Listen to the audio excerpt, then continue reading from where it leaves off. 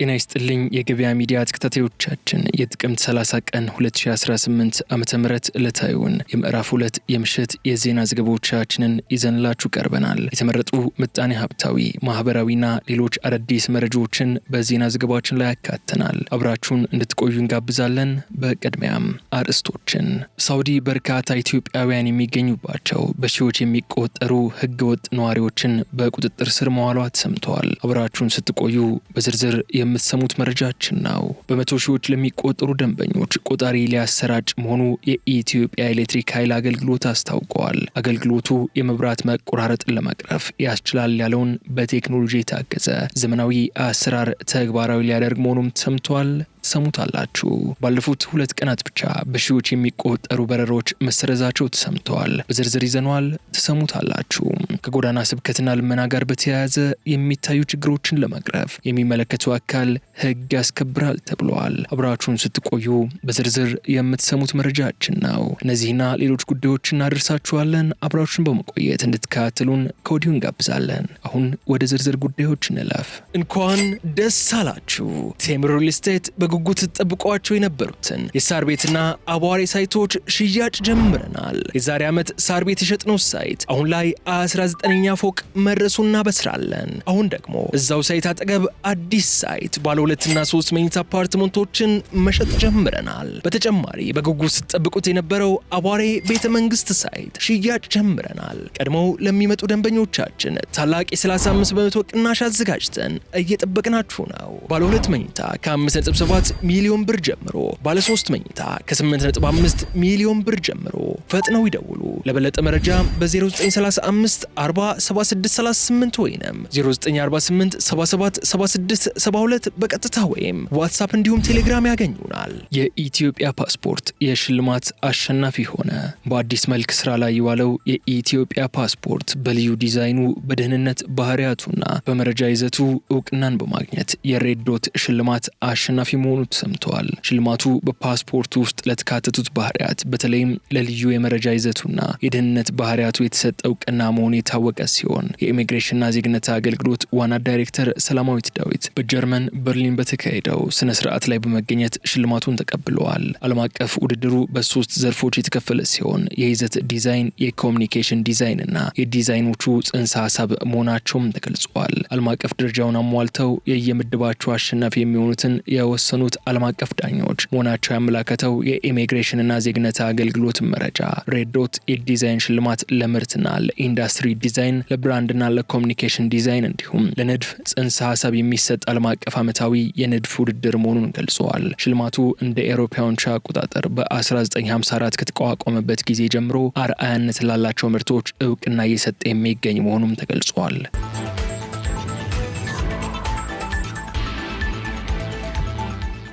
በበርካታ ቢሊዮን ብር ለሚገመቱ መድኃኒቶች መልቀቂያ ፍቃድ መሰጠቱ ተገለጸ።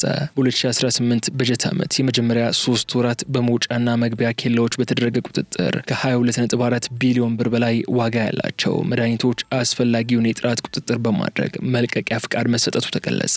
በተጨማሪም ከ992 ሚሊዮን ብር በላይ ዋጋ ያላቸው የመድኃኒት ጥሬ ዕቃዎች ላይ አስፈላጊውን የጥራት ቁጥጥር በማድረግ መልቀቂያ ፍቃድ መስጠቱን የገለጹት የኢትዮጵያ ምግብና መድኃኒት ባለስልጣን ደቡብ አዲስ አበባ ቅርንጫፍ ጽሕፈት ቤት ኃላፊ አቶ ገዛኸኝ እንዳለ አክሎም የተቋሙን መስፈርት ያላሟሉ መድኃኒቶችና የመድኃኒት ግብአቶች በተለያዩ ምክንያት ለሰው ልጅ ጥቅም እንዳይውሉ መደረጉን ተናግረዋል። በሌላ በኩል ቅርንጫፍ ጽሕፈት ቤቱ በዚህ በጀት ዓመት የመጀመሪያ 3 ወራት ለ800 የምግብ ምርቶች በቅድመ ማሳወቅ የምዝገባ ስራና የገበያ ፍቃድ እንዲሁም አስፈላጊውን መስፈርት ላሟሉ 195 የምግብ ተቋማት የብቃት ማረጋገጫ የምስክር ወረቀት መስጠቱን ያስታወቁ ሲሆን 71 የምግብ አስመጪና አክፋፋይ ተቋማትም የውስጥ ጥራት ስርዓት እንዲዘረጋ ተደርጓል ብለዋል። በተጨማሪም በመውጫና መግቢያ ኬላዎች በተደረገው ቁጥጥር ከ347.2 ሚሊዮን ብር በላይ ዋጋ ያላቸው የውበትና የንጽህና መጠበቂያ እንዲሁም ከ718 ሚሊዮን ብር በላይ ዋጋ ያላቸው የመዋቢያ ምርቶች ጥሬ ዕቃ ላይ አስፈላጊውን የጥራት ቁጥጥር በማድረግ መልቀቂያ ፍቃድ መሰጠቱን ለማወቅ ተችሏል።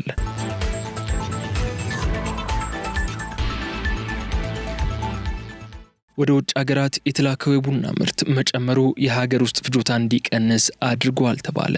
ኢትዮጵያ ባለፈው ዓመት ቡና ወደ ውጭ በመላክ ከፍተኛ የሆነ ገቢ ማግኘቷ የተገለጸ ሲሆን በአንጻሩ በሀገር ውስጥ ፍጆታ የሚሸጠው ቡና ዋጋው መወደዱ በተደጋጋሚ ሲነሳ ቆይቷል። በዚህም ወደ ውጭ ሀገራት የተላከው የቡና ምርት መጨመሩ ለሀገር ውስጥ ፍጆታ እንዲቀንስ ማድረጉ የተገለጸ ሲሆን በሀገር ውስጥ ያለውን ፍላጎትና አቅርቦት ለማመጣጠን ከተፈለገ መሰራት ያለበት የቡና ምርት መጠንን ማሳደግ መሆኑን የኢትዮጵያ ቡና ላኪዎች ማህበር ገልጿል። የሀገር ውስጥ ገበያውን እየረበሸ ያለው የኮንትሮባንድ ንግድ ነው የሚሉት የማህበሩ ዋና ፕሬዚዳንት አቶ ግዛት ወርቁ ቡናን ከሚያመርት አካባቢ ቡናን ወደማያመርት አካባቢ የሚደረገው ዝውውር የምርት አቅርቦቱ ላይ እጥረትና የዋጋ ውድነት እንዲከሰት ማድረጉም ተናግረዋል። ይህ ችግር ለመፍታትም ቡና የሚጠጣባቸው አካባቢዎች ላይ ቡናን ማምረት እንደሚቻል ገልጸው ነገር ግን የክልል ግብርና ቢሮዎች በትኩረት እየሰሩበት አለመሆኑን አንስተዋል። ቡና በብዛት በማይመረትባቸው ክልሎች ከሌሎች አካባቢዎች ቡናን ከሚወስዱ የግብርና ቢሮዎች ቡናን ማልማት ይጠበቅባቸዋል ሲሉም ገልጸዋል። በተጨማሪም የአዲስ አበባ ከተማ አስተዳደር በከተማ ግብርና ፕሮግራም ስር የቡና ችግኞች በመስጠት ቡናን ማልማት እንደሚያስፈልግ ጠቁመው በመንግስት በኩል አምራችነትን የሚጨምሩ ማበረታቻዎችን ማድረግና ድጋፍ መስጠት አስፈላጊ መሆኑን ገልጸዋል። እንደ ማህበረሰብ ቦታ ያላቸው ሰዎች በጓሯቸው ቡናን መትከልና ማልማት ይችላሉ የሚል ግንዛቤ መፍጠር ስራ መሰራት እንዳለበት የጠቆሙም ሲሆን የቡና ዋጋ ተወደደ ተብሎ ከሚነሳው ባሻገር ዘላቂ የሆነው መፍትሄ የቡናን ምርት በከተማም ሆነ በተለምዶ ቡና በቃይ አይደሉም በሚባሉ አካባቢዎች ማምረት መጀመር ነው ሲሉም ገልጸዋል። በተያዘው በጀት ዓመት የአንደኛው ሩብ ዓመት የቡና የውጭ ንግድ አፈጻጸም ከታቀዱ በታች መሆኑም የግብርና ሚኒስቴር መግለጹ የሚታወስ ሲሆን በዚህም በመጀመሪያዎቹ 3 ወራት ውስጥ 152,000 ቶን ቡና ወደ ውጭ በመላክ 622.5 ሚሊዮን የአሜሪካ ዶላር ለማግኘት ታቅዶ የነበረ ቢሆንም የተላከው የቡና መጠን 114,000 ቶን ብቻ በመሆኑ ከመጠን አንጻር 38,000 ቶን ያህል ቡና ሳይሳካ መቅረቱ ታውቋል።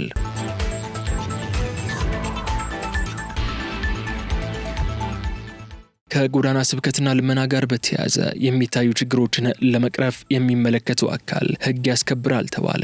ከጎዳና ስብከትና ልመና ጋር በተያያዘ የሚታዩ ችግሮችን የእምነት አባቶች የማያስቆሙ ከሆነ የሚመለከተው አካል ሕግ እንደሚያስከብር የአዲስ አበባ ከተማ የሃይማኖት ተቋማት ጉባኤ አስታውቀዋል። እያንዳንዱ የእምነት ተቋም የራሱ የሆነ አስተምህሮ ያለው እንደመሆኑ መጠን የራስን እምነት ለማስፋፋት ተብሎ የሌላውን እምነት ማንቋሸሽ ተገቢ እንዳልሆነም ጉባኤው ገልጸዋል። በአሁኑ ወቅት ትልቅ ችግር እየፈጠረ ያለው አንዱ የሌላው እምነት ማንቋሸሽ መሆኑን የገለጹት የጉባኤው ዋና ጸሐፊ መጋቢ ታምራት አበጋዝ እነዚህ ነገሮች ወደ ውድድር፣ ፉክክርና ጥላቻ እየተቀየሩ ነው ብለዋል። ለአብነትም የአንድን እምነት ምልክት እንዲሁም ቀኖና ማንቋሸሽና ማዋረድ እየተስተዋለ መሆኑን የጠቀሱ ሲሆን እነዚህ አካላት እምነታቸውን ሽፋን በማድረግ ይጠቀሙ እንጂ የተኛውንም የእምነት ተቋም የሚወክሉ አይደሉም ሲሉም ተናግረዋል። ችግሩን በጊዜ መፍታት የማይቻል ከሆነ የግጭትና የጥላቻ መንስኤ ሊሆን እንደሚችልም አመላክተዋል። ይህንኑ ጉዳይ በተመለከተ ችግሮች መለየታቸውን የተናገሩት ዋና ጸሐፊው መጠኑ የት ቦታ ይበዛል የሚለው እንደተለየም ተናግረዋል።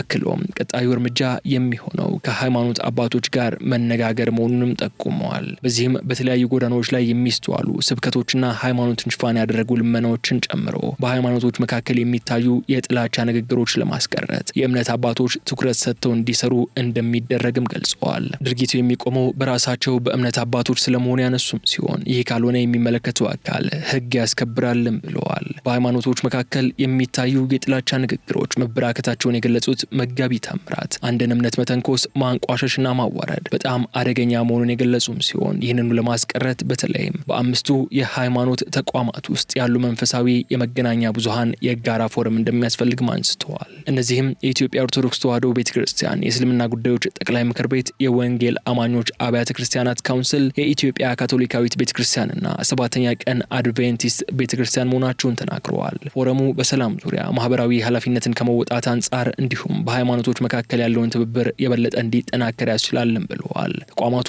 የተቋቋሙበት ዓላማ የእምነት ተቋሙን መንፈሳዊ፣ ማህበራዊና ሞራላዊ እሴቶችን ለተከታዮች ተደራሽ ማድረግ መሆኑን ያስታወሱት ዋና ጸሐፊው የሰላም ዋና ሰባኪዎች መሆን እንደሚገባቸውም ተናግረዋል። በተጨማሪም ታማኝነት፣ እውነተኛነትና ፍትሐዊነት ከመንፈሳዊ መገናኛ ብዙሃን የሚጠበቅ መሆኑን ጠቁመዋል። ዘገባው የአሃዱ ሬዲዮ ነው።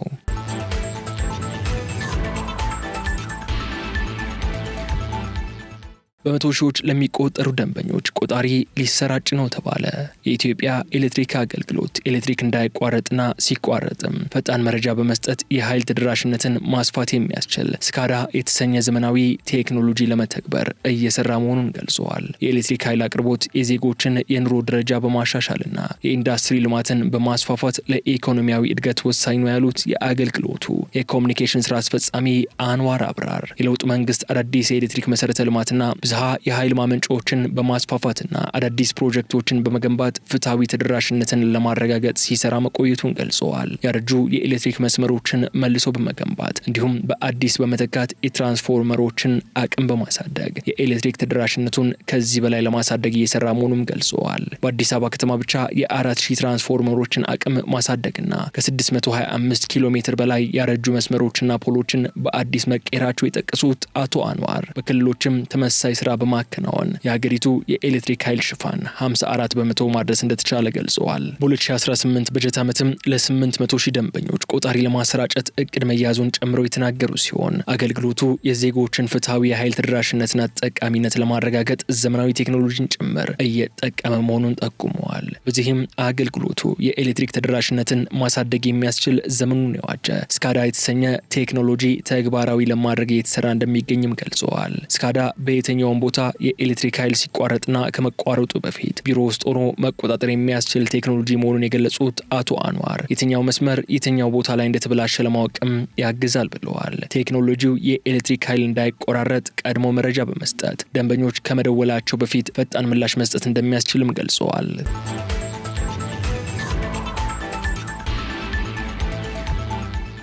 የተከበራችሁ ተከታታዮቻችን ከገበያ ሚዲያ ወደ እናንተ ይደርስ ያለውን የሰዓቱን የዜና ዘገባችን በመከታተል ላይ ትገኛላችሁ። ቀደም ሲል የሀገር ውስጥ ጉዳዮችን ነገርናችሁ። በማስከተል ደግሞ ከባህር ማዶ የተገኙ ጉዳዮችን ነግራችኋለን። በቅድሚያም ሳውዲ በርካታ ኢትዮጵያውያን የሚገኙባቸው በሺዎች የሚቆጠሩ ህገወጥ ነዋሪዎችን በቁጥጥር ስር አዋለች። የሳውዲ የደህንነት ባለስልጣናት እንደ አውሮፓውያን አቆጣጠር ከጥቅምት 30 ቀን 2025 እስከ ህዳር 5 ቀን 2025 ባለው የአንድ ሳምንት ጊዜ ውስጥ ከጸጥታ ኃይሎችና ከሚመለከታቸው መንግስት ኤጀንሲዎች ጋር በመተባበር ባደረጉት የጋራ ፍተሻ በአጠቃላይ 21647 ህገወጥ ነዋሪዎችን በቁጥጥር ስር መዋላቸው ተገልጸዋል። በቁጥጥር ስር ከዋሉት መካከልም 12838 ሰዎች የነዋሪነት ህግን የጣሱ፣ 4564 ሰዎች የድንበር ደህንነት ህግን የጣሱና 4245 ሰዎች ደግሞ የሰራተኛ ህግ የጣሱ መሆናቸው ተዘግበዋል። በአጠቃላይ 12098 ህገወጥ ነዋሪዎች ከሳውዲ የተባረሩ ሲሆን 21800 የሚሆኑት ደግሞ የጉዞ ሰነዶችን እንዲያሟሉ ወደ ዲፕሎማሲያዊ ተልእኮዎቻቸው ተልከዋል። ሌሎች 6012 ሰዎች ደግሞ የጉዞ ሂደታቸው ለማጠናቀቅ ተልከዋል ተብሏል። ከዚህ በተጨማሪ ወደ ሳውዲ ድንበር በህገወጥ መንገድ ለመሻገር ሲሞክሩ የተያዙት ሰዎች ቁጥር 1943 መሆኑ የተገለጸ ሲሆን ከነዚህም ውስጥ 45 በመቶ የየመን ዜጎች፣ 54 በመቶ ደግሞ የኢትዮጵያ ዜጎች ሲሆኑ 1 በመቶ ደግሞ የሌሎች ሀገር ተወላጅ ናቸው መባሉን አረብ ኒውስ ዘግበዋል።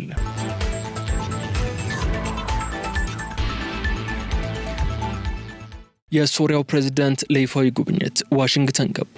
የሶሪያው ፕሬዝዳንት አህመድ ሻራ በአሜሪካ ተጥሎባቸው የነበረው ዓለም አቀፍ አሸባሪ የሚለው ፍረጃ በይፋ ከተነሳ በኋላ ለ2 ቀናት ይፋዊ የስራ ጉብኝት ዋሽንግተን መግባታቸው ተሰምተዋል። የቀድሞው እስላማዊ ታጣቂ የሚመሩት የአማጽያን ጥምረት በሽር አልአሳድን ከስልጣን ካስወገደ ከ11 ወራት በኋላ ነገ ሰኞ በዋይት ሃውስ ከአሜሪካው ፕሬዝዳንት ዶናልድ ትራምፕ ጋር ይገናኛሉ ተብሎ ይጠበቃል። ፕሬዝዳንቱ በአሜሪካ ዋና ከተማ ዋሽንግተን ዲሲ ከመድረሳቸው ሰዓታት ቀደም ብሎ የሶሪያ የደህንነት ባልደረቦች በርካታ የኢስላሚክ ስቴት ቡድን አባላትን በቁጥጥር ስር መዋላቸው የተገለጸ ሲሆን ሻራ ከፕሬዝዳንት ትራምፕ ጋር በሚኖሯቸው ንግግር ወቅትም የእስላማዊ ቡድኑ የቀሩ አባላትን ለመቆጣጠር የሚደረገው የጋራ ትብብር ዋነኛ አጀንዳ ይሆናል ተብሎ ይጠበቃል። የሶሪያ ባለስልጣናት በቡድኑ አባልነት የተጠረጠሩ 71 ሰዎችን ከጦር መሳሪያና ተቀጣጣይ ነገሮች ጋር በቁጥጥር ስር መዋላቸውም ተናግረዋል። በሽር አልአሳድ በስልጣን ላይ በነበሩበትና ለ13 ዓመታት የዘለቀው የእርስ በርስ ጦርነት በቀጠለበት ወቅት ሶሪያ ከዓለም አቀፍ መድረክ ተገላ የቆየች ቢሆንም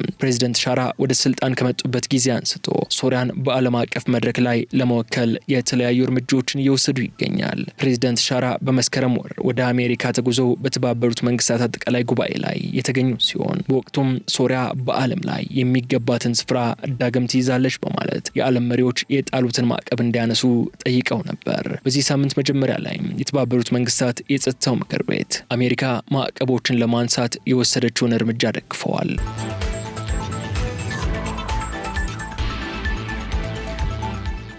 በአሜሪካ ሁለተኛ ቀኑን በያዘው የአየር ጉዞ ቅነሳ በሺዎች የሚቆጠሩ በረራዎች ተሰረዙ። የአሜሪካ አየር መንገዶች የሚያደርጉት በረራዎችን እንዲቀንሱ ከተነገራቸው በኋላ ቅዳሜ ዕለት ከአሜሪካ የሚነሱ የሚገቡ እንዲሁም በአገር ውስጥ የሚደረጉ ከ1400 በላይ በረራዎች ተሰርዘዋል። የአየር ጉዞ ቅነሳ የተደረገው የአገሪቱ ምክር ቤት በመጪው በጀት ዓመት የመንግስት አገልግሎትን ለመደገፍ በወጣው ረቂቅ ላይ ለመስማማት ባለመቻላቸው ምክንያት የፌዴራል መንግስት ተቋማት በመዘጋታቸው ነው። የበረራ ተቆጣጣሪው ፍላይትአዌር ይፋ ባደረገው መረጃ መሰረት አርብ ዕለት ከ7000 በላይ በረራዎች የዘገዩ ሲሆን ቅዳሜ ዕለት ቁጥሩ ዝቅ ብሎ ወደ 6000 የሚጠጉ በረራዎች መዘግየት አጋጥሟቸዋልም ብለዋል። ይሄ የሆነው የፌዴራል አቪዬሽን አስተዳደር ያለ ክፍያ እየሰሩ ያሉ የአየር ትራፊክ ተቆጣጣሪዎች ድካም አጋጥሟቸዋል በሚል ስራ በሚበዛባቸው 40 አገሪቱ አየር ማረፊያዎች ላይ የአየር ጉዞ አቅምን በ10 በመቶ እንደሚቀንስ በዚህ ሳምንት መጀመሪያ ላይ ካስታወቀ በኋላ ነው። ሪፐብሊካኖችና ዲሞክራቶች በገንዘብ ድጋፍ መፍትሄ ላይ እስካሁን መግባባት ባለመቻላቸው በአገሪቱ ታሪክ ያጋጠመው ረዥሙ የፌዴራል መንግስት ተቋማት መዘጋት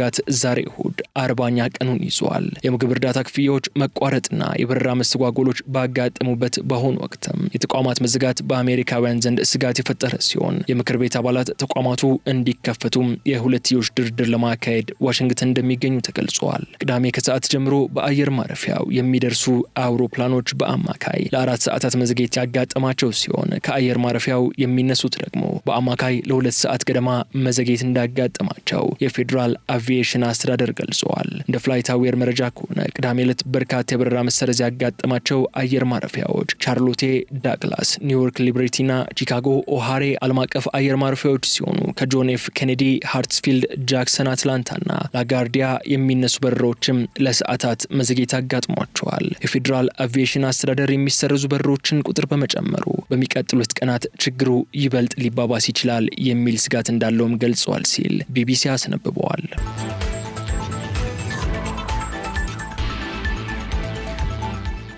የተወደዳችሁ ተከታታዮቻችን ከገበያ ሚዲያ ወደ እናንተ ሲደርሱ የነበሩት የጥቅምት 30 ቀን የምዕራፍ 2 የምሽት የዜና ዘገባዎቻችን እነዚህ እስካሁን ስትከታተሏቸው የቆያችሁትን ይመስሉ ነበር። በቀጣይ በሌሎች ጉዳዮች እስክንገናኝ ድረስ መልካሙን ሁሉ ለእናንተ ተመኘን።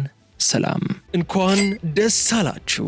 ቴምር ሪል ስቴት በጉጉት ተጠብቋቸው የነበሩትን የሳር ቤትና አቧሬ ሳይቶች ሽያጭ ጀምረናል። የዛሬ ዓመት ሳር ቤት የሸጥነው ሳይት አሁን ላይ 19ኛ ፎቅ መድረሱን እናበስራለን። አሁን ደግሞ እዛው ሳይት አጠገብ አዲስ ሳይት ባለ 2 እና 3 መኝታ አፓርትመንቶችን መሸጥ ጀምረናል። በተጨማሪ በጉጉት ተጠብቁት የነበረው አቧሬ ቤተ መንግስት ሳይት ሽያጭ ጀምረናል። ቀድመው ለሚመጡ ደንበኞቻችን ታላቅ የ35 በመቶ ቅናሽ አዘጋጅተን እየጠበቅናችሁ ነው። ባለ 2 መኝታ ከ5.7 ሚሊዮን ብር ጀምሮ፣ ባለ 3 መኝታ ከ8.5 ሚሊዮን ብር ጀምሮ ፈጥነው ይደውሉ። ለበለጠ መረጃ በ0935 40 7638 ወይም 0948 77 76 72 በቀጥታ ወይም ዋትስአፕ እንዲሁም ቴሌግራም ያገኙናል።